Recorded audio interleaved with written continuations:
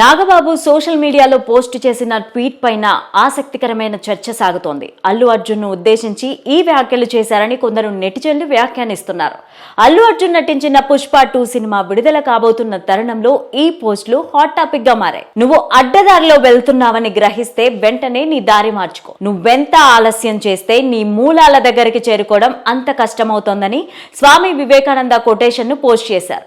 ఈ ఏడాది మేలో జరిగిన ఆంధ్రప్రదేశ్ అసెంబ్లీ ఎన్నికల సమయంలో కూడా ఆయన ఇదే తరహాలో సోషల్ మీడియాలో పోస్ట్ చేశారు.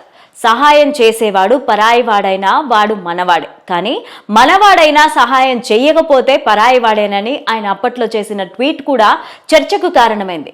ఈ ట్వీట్ తర్వాత కొంతకాలం సోషల్ మీడియాకు నాగబాబు దూరంగా ఉన్నారు. ఆంధ్రప్రదేశ్ అసెంబ్లీ ఎన్నికల సమయంలో నంద్యాల అసెంబ్లీ స్థానం నుంచి వైఎస్ఆర్సీపీ అభ్యర్థిగా బరిలోకి దిగిన శిల్పా రవిరెడ్డిని మద్దతుగా అల్లు అర్జున్ ప్రచారం చేశారు. పవన్ కళ్యాణ్ టీడీపీ కూటమిలో ఉన్నారు, కానీ ఆ సమయంలో అల్లు అర్జున్ వైఎస్ఆర్సీపీ అభ్యర్థి తరపున ప్రచారం చేయడం చర్చకు దారితీసింది. ఈ ఘటన కూడా అల్లు అర్జున్ పవన్ కళ్యాణ్ అభిమానులకు మధ్య గ్యాప్ ని మరింత పెంచిందనే ప్రచారం కూడా ఉంది.